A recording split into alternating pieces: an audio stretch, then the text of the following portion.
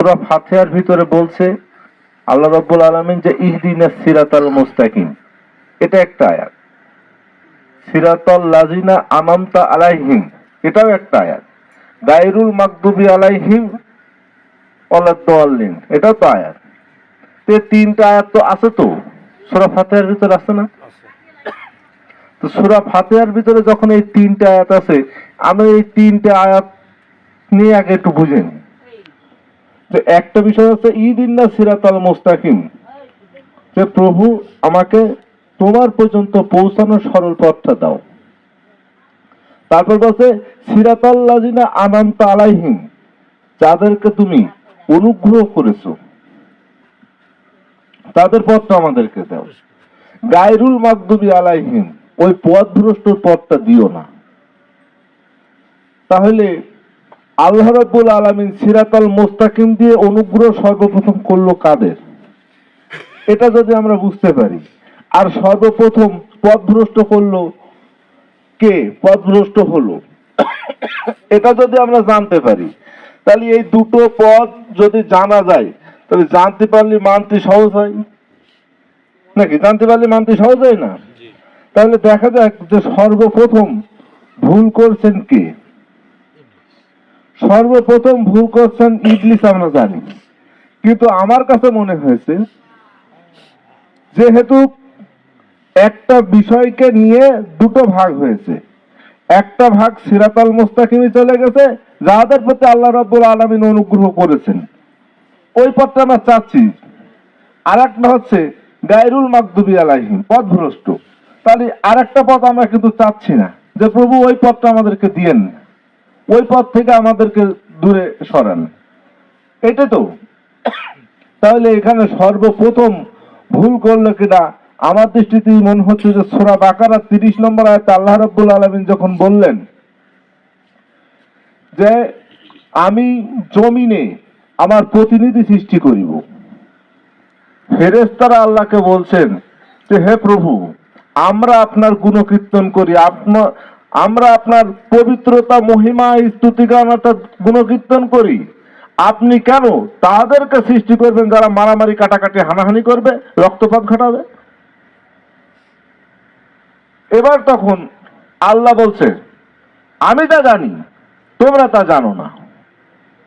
তাহলে আল্লাহ তৈরি যেটা করতে যাচ্ছে, তাহলে আল্লাহ নিশ্চয় একটা ভুল করতে যাচ্ছে, সেই কথাটাই ফেরেশতারা বলে বসলো। আর এই বলার ফলেই আল্লাহ কিন্তু ওখানে আবার উত্তর দিচ্ছেন ধমকের সহিত, যে আমি যা জানি তোমরা তা জানো না। কারণ আল্লাহ স্রষ্টা, ফেরেশতা সৃষ্টি, তাই সৃষ্টি হিসেবে স্রষ্টার ভুল হচ্ছে, তাহলে এটা অপরাধ না? এই অপরাধটা করার ফলে আল্লাহ রাব্বুল আলামিন যখন আদমকে সুটাম করিলেন এবং আল্লাহর সাথে সুসামঞ্জস্য করিলেন এবং আল্লাহ রূহ ফুৎকিয়া দিলেন ও আল্লাহ প্রতিনিধিত্ব দান করলেন, করার পরেই ওখানে মালাইকাদের নাম জুড়ে দিলেন, হে মালাইকারা, তোমরা অর্জুদুলি আদামা, আদমের দিকে সেজদা করো। ঘোষণাটা কার? আল্লাহ। আর এই ঘোষণাটা করার সাথে সাথেই ওখানে ফেরেশতা ছিল, ফেরেশতা মণ্ডলী ছিল, জিন যেটা ইবলিস সে ছিল, আর ছিল কি মা হাওয়া ছিল যেটা মানুষ। সূরা আরাফের 11 নম্বর আয়াতটা পরিষ্কার করে দেখবেন, আল্লাহ রাব্বুল আলামিন এখানে বলছেন যে আমি তোমাদেরকে সৃষ্টি করেছি, তোমাদেরকে আকৃতি দিয়েছি, অতঃপর আমি আদমকে সেজদা করতে বলেছি, ইবলিস ব্যতীত সকলেই সেজদা করলো। তাহলে ওখানে ইবলিস ব্যতীত সকলেই যখন সেজদা করলো, তাহলে ওখানে মা হাওয়া ছিল, মা হাওয়া সেজদা করলো, আর ফেরেশতা মণ্ডলী সেজদা করলো, করে ফেরেশতারা আল্লাহর অনুগ্রহ প্রাপ্ত হলো। ওই যে পূর্বের যে ভুল করেছিল, সূক্ষ্ম একটা ভুল, স্রষ্টা তার সৃষ্টি তাকে ভুল ধরতে যাচ্ছে, ওইটা অপরাধ। এই অপরাধটা খণ্ডিত হলো কোথায়? আদমের দিকে সেজদা করার পরে। আর ইবলিস আদমকে সিজদা না করেই সে কাফেরদের অন্তর্ভুক্ত হয়ে গেল, পথভ্রষ্ট হয়ে গেল। তখন আল্লাহ রাব্বুল আলামিন বলছেন, হে ইবলিস, তুমি কাফেরদের অন্তর্ভুক্ত হয়ে গেলে। তখন ইবলিস বুঝতে পারলো যে আমি তো কাফেরদের অন্তর্ভুক্ত হয়ে গেছি, আর আল্লাহ এটা ঘোষণাও করে দিয়েছে, তাহলে এর স্বীকৃতিটা দেবে কিনা যে আমি কাফের। সর্বপ্রথম ইবলিস নিজেই স্বীকৃতি দিল। ইবলিস আল্লাহকে বলল, হে প্রভু, আমাকে কিয়ামত পর্যন্ত, শেষ দিবস পর্যন্ত অবকাশ দিন। কারণ সে বুঝে গেছে যে আমি অপরাধী হয়েছি, আমি ভুল করেছি, আমি পথভ্রষ্ট হয়েছি। সে স্বীকৃতি, তার নিজের স্বীকৃতি নিজে দিল, দিয়ে বলছে আমাকে কিয়ামত পর্যন্ত, শেষ দিবস পর্যন্ত আপনি আমাকে অবকাশ দিন। আল্লাহ বলল, তোমাকে অবকাশ দেয়া হলো। এবং সে বলল সূরা হিজরের 33 নম্বর আয়াতে যে, হে প্রভু, আমি ওই দুর্গন্ধ ঠনঠনাটার মৃত্তিকা হইতে তুমি যে মানুষ সৃষ্টি করিয়াছ, ওকে আমি সেজদা করিবার নহে। তাহলে সে অপরাধী হলো, সে অবকাশ দিল, এবং সে আল্লাহকে বলে দিল যে আমি যে কারণে, যে মানুষেরকে সেজদা না করার জন্য এখানে আমি ইবলিসে রূপান্তরিত হয়ে গেলাম, শয়তান হলাম, আমি তাকে সেজদা করব না কোশ্চিন কালো। এটা বললো কে? ইবলিস। এইটা বলার পর এবার ইবলিস আল্লাহকে চ্যালেঞ্জ ছুড়ে দিচ্ছে। কি দিচ্ছে? সূরা হিজরের 39 নম্বর আয়াতে বলছে, হে প্রভু, তুমি আমাকে যেভাবে পথভ্রষ্ট করেছো। কিভাবে? আদমকে সেজদা না করার কারণে সে পথভ্রষ্ট হলো। পৃথিবীতে নানা সৌন্দর্যের আকর্ষণের মাধ্যমে তোমার বান্দাদেরকে আমি পথভ্রষ্ট করব। সূরা হিজরের 39 নম্বর আয়াতে। 40 নম্বর আয়াতে আবার ইবলিস বলছে যে, হে প্রভু, কিন্তু তোমার ওই মুখলেসিন একনিষ্ঠ বান্দাদেরকে নয়। তাহলে আল্লাহ রাব্বুল আলামিন এর ভিতরে একটা জায়গায় কিন্তু ব্যারিকেড দেয়নি ইবলিসকে, মুক্তভাবে ইবলিসকে বলতে দিয়েছেন। ইবলিস যখন বলল যে তোমার ওই একনিষ্ঠ বান্দাদের কাছে আমি আর যাব না, তখন সূরা হিজরের 41 নম্বর আয়াতে আল্লাহ রাব্বুল আলামিন ঘোষণা দিলেন, কালা হাযা সিরাতুল আলাইয়া মুস্তাকিম, ইহাই আমার পর্যন্ত পৌঁছানোর সরল পথ। জয় গুরু।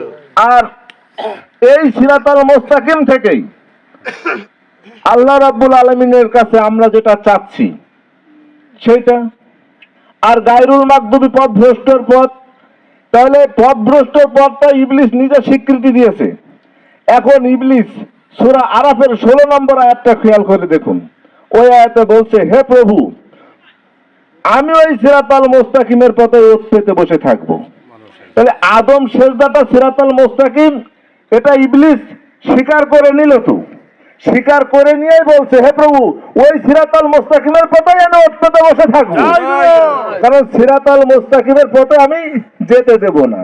তাহলে এই দুটো স্বীকৃতি দিল কে? আল্লাহ ঘোষণা দিল, আর ইবলিস তার স্বীকৃতি দিল। এই দুটো পন্থাকে যখন আপনি বুঝে নিলেন যে সিরাতাল মুস্তাকিমটাই হলো আদম সিজদা, আর আদম সিজদা না করাটাই গায়রুল মাগদুবি পথভ্রষ্ট, তাহলে আপনি আমি যে সূরা ফাতিহা 5 ওয়াক্ত নামাজ পড়ার সময় পড়ছি, আপনি আমি কি বুঝে নিছি যে আসলে এটা কি ছিল? এই বোঝার পরেই আপনি যখন বুঝতে পারলেন যে আমি সিরাতাল মুস্তাকিম তো বুঝলাম, আদমকে কেবল সেজদা করার কথা, তাহলে বর্তমান সময়ে আমার কি এটা প্রযোজ্য? আমার কি এটা প্রয়োজন এই পৃথিবীতে? আপনার যদি এটা প্রয়োজন না হতো তা আপনি এটা পড়েন কেন? আপনি এটা পড়েন তো এটা পাওয়ার আশাই তো, সেই কারণেই তো আপনি চাচ্ছেন। তাহলে এই সিরাতাল মুস্তাকিম পেতে গেলে এখন আপনার করণীয় কি, সেটা যদি আপনি জানতে চান, তাহলে সেই বিষয়টা বলা যায়। তো শুনে বুঝে নেওয়া যাক, কারণ বুঝতে পারলেই মানতে সুবিধা হবে। দুরূদ আল্লাহুম্মা সাল্লি আলা। তো আপনাকে পেতে গেলে সিরাতাল মুস্তাকিমের পথটা বর্তমান সময়ে পেতে গেলে, অতীতে যেভাবে অনুগ্রহ প্রাপ্ত যারা হয়েছিল, যারা সিরাতাল মুস্তাকিমকে পেয়েছিল, তারা যে প্রক্রিয়াতে পেয়েছিল, তাহলে আপনিও যদি এখন সিরাতাল মুস্তাকিম পেতে চান, তাহলে সেই একই প্রক্রিয়া তো আর ভিন্ন হবে না। তাহলে প্রক্রিয়াটা কি? প্রক্রিয়াটা হচ্ছে একজন প্রতিনিধির মাধ্যমেই আল্লাহকে সেজদা করতে হবে, করলেই আপনি তখন সিরাতাল মুস্তাকিমে যেতে পারছেন, তাছাড়া পাচ্ছেন না। এই কারণেই আল্লাহ রাব্বুল আলামিন এই পৃথিবীর বুকে আদম আল্লাহর প্রতিনিধি, কারণ আদমের ভিতরে আল্লাহর রুহু, আদমের ভিতরে আল্লাহর চেহারা, আদম আল্লাহর প্রতিনিধি। তাহলে এই তিনটা জিনিস যখন এক জায়গায় হলো, তখন আল্লাহ রাব্বুল আলামিন বললেন অরজুদুলি আদামা, আর এটাকে সিরাতাল মুস্তাকিম ঘোষণা করা হলো। তাহলে নবী মুহাম্মদ সাল্লাল্লাহু আলাইহি সাল্লাম কি এই তিনটে কি ওনার ছিলেন না? নবী মুহাম্মদ সাল্লাল্লাহু আলাইহি সাল্লাম ওনার ভিতরে কি আল্লাহর রূহ ছিল না? ওনার চেহারাটা কি আল্লাহর চেহারা ছিল না? উনি কি আল্লাহর প্রতিনিধি না? তাহলে উনি যখন আল্লাহর প্রতিনিধি হলেন, তখন সাহাবায়ে ইকরামরা কিভাবে এই সিরাতাল মুস্তাকিমে আসলো? তখন সাহাবায়ে ইকরামরা সিরাতাল মুস্তাকিমে এইভাবে আসলো। সূরা আল ফাতের 10 নম্বর আয়াতে আল্লাহ রাব্বুল আলামিন বলছেন যে তোমরা যখন রসুলের কাছে যাও, তখন রসুলের হাত আল্লাহর হাত। তো ওই সময়কার সাহাবারা যখন রসুলের কাছে আসলেন, আসার পরে যখন রসুলের হাত আল্লাহর হাত হলো, রসুলের চেহারাটা তখন কার? আল্লাহর। কারণ আদমের চেহারা তো আদমের, আল্লাহর ওই হাত, আল্লাহর ওই চেহারা, তাহলে পাটা বাকি থাকলো কার? পাটাও তো আল্লাহ। তখন ব্যক্তি মোহাম্মদকে সরিয়ে দিয়ে ওটাকে আল্লাহ বত্র করেই ওই সময় সাহাবারা সেজদা ভক্তি দিল, দিয়ে সিরাতাল মুস্তাকিম তারা এইভাবে পালন করেছেন। তাহলে বর্তমান সময়ে যদি কোনো মানুষ সিরাতাল মুস্তাকিমে আসতে চায়, তাহলে সে কোন প্রক্রিয়ায় আসবে? সে ওই প্রক্রিয়াটাই আসতে হবে, তার বিপরীত কোনো প্রক্রিয়ায় থাকবে না। এখন আপনার কথা বলার ভিতরে আপনার প্রশ্ন হয়ে গেছে যে তাহলে কি মুহাম্মদ সাল্লাল্লাহু আলাইহি সাল্লামের পরে আর কি কোনো রসুল আছে? সেই মর্মে আপনার দলিলটা কি? পবিত্র কোরআনে সূরা আল ইমরানের 164 নম্বর আয়াতে দেখেন আল্লাহ রাব্বুল আলামিন ঘোষণা করছেন যে আমি মুমিনদের প্রতি অনুগ্রহ করিয়াছি এবং তাহাদের মধ্যে হইতে আমি রসুল প্রেরণ করি, যিনি আমার আয়াতসমূহ তেলাওয়াত করে তোমাদেরকে পবিত্র করে, তোমাদের কিতাব ও হিকমত শিক্ষা দেয়, কারণ ইতিপূর্বে তোমরা ছিলে স্পষ্ট পথভ্রষ্ট। ঘোষণাটা কার?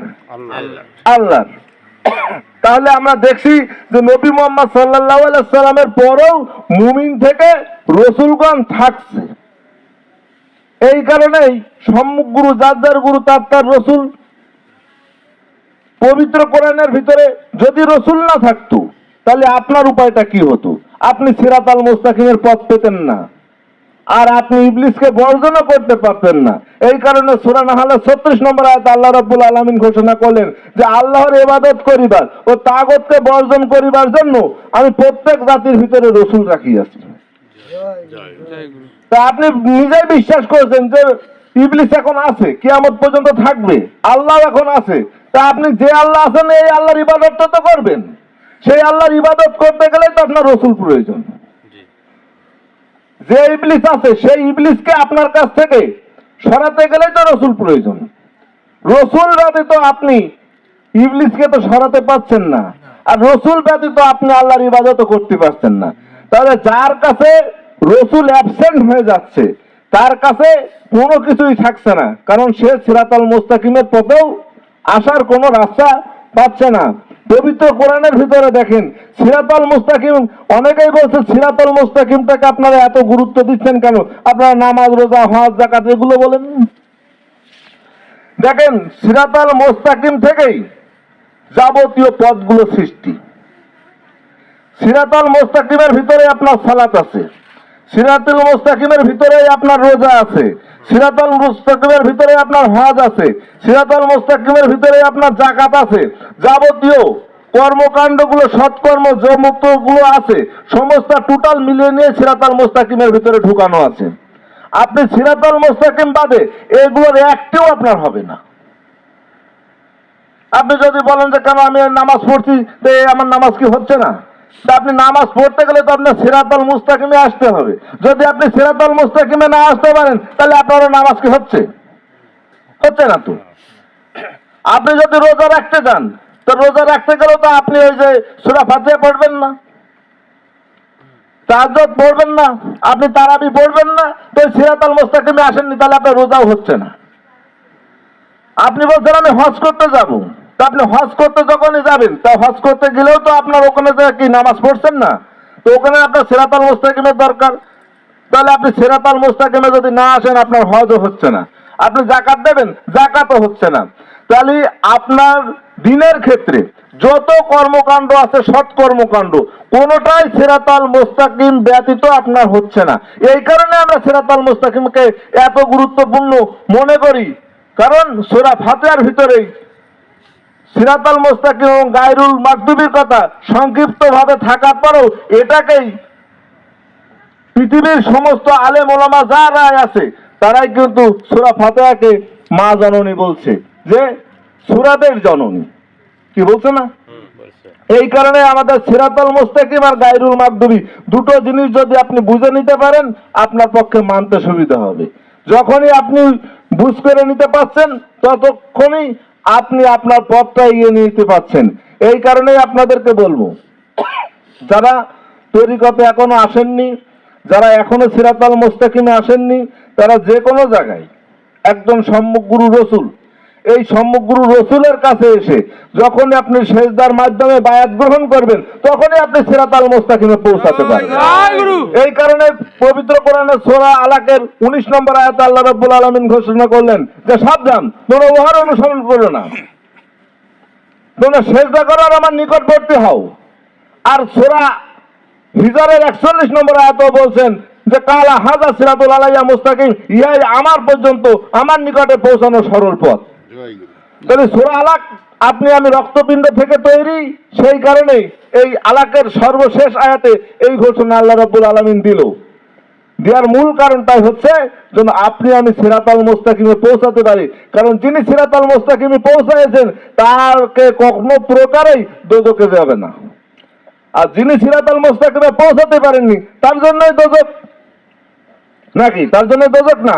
এই কারণেই যারা তরিকতে আসেননি তাদের উদ্যতভাবে আহ্বান করব যে সম্মুখ গুরু রসুলের কাছে যে কোনো এক জায়গায় এসে আপনি সেজদার মাধ্যমে সিরাতাল মুস্তাকিমের পথে আসার আহ্বান করে আমি আমার সংক্ষিপ্ত কথা এখানে শেষ করছি। জয় গুরু।